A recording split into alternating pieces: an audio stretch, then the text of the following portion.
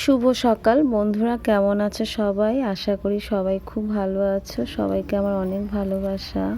তো সকালে টিফিন করে বাচ্চাদের খাইয়ে দাইয়ে একটু চলে গেলাম বাজার করতে। আজকে একটু বাজার করতে যেতেই হবে, তো বাজার করতে চলে আসছি। তো আজকে সেটাই একটু তোমাদের সঙ্গে শেয়ার করছি। যাই হোক, পুরো রাস্তাটা শেয়ার করতে পারলাম না। তো লঙ্কা, শিম, বেগুন, আলু আর বাঁধাকপি, গাজর আমি আগের দিন 1 কেজি নিয়ে এসেছিলাম, এখন পালং শাক এইসব নিয়ে আসলাম।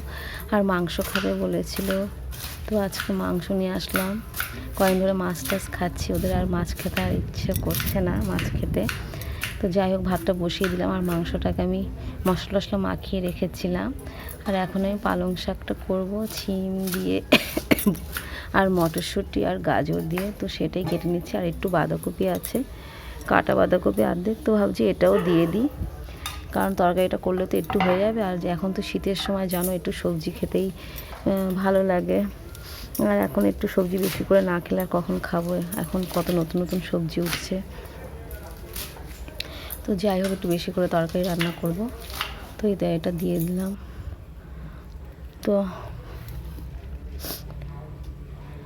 যাই হোক, তোমরা যারা আছো আমার পুরনো বন্ধু, নতুন বন্ধু, সবাইকে বলছি, মাঝে অনেক দিন আমি বাড়িতে ছিলাম না, মা বাড়িতে গেছিলাম, আর কোনো ভিডিও করতেও পারিনি পুরো 1 সপ্তাহ খানিক।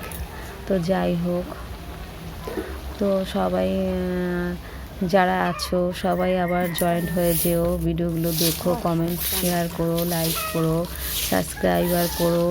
আমার যারা নতুন বন্ধু বা পুরনো বন্ধু আছো সবাইকে বলছি।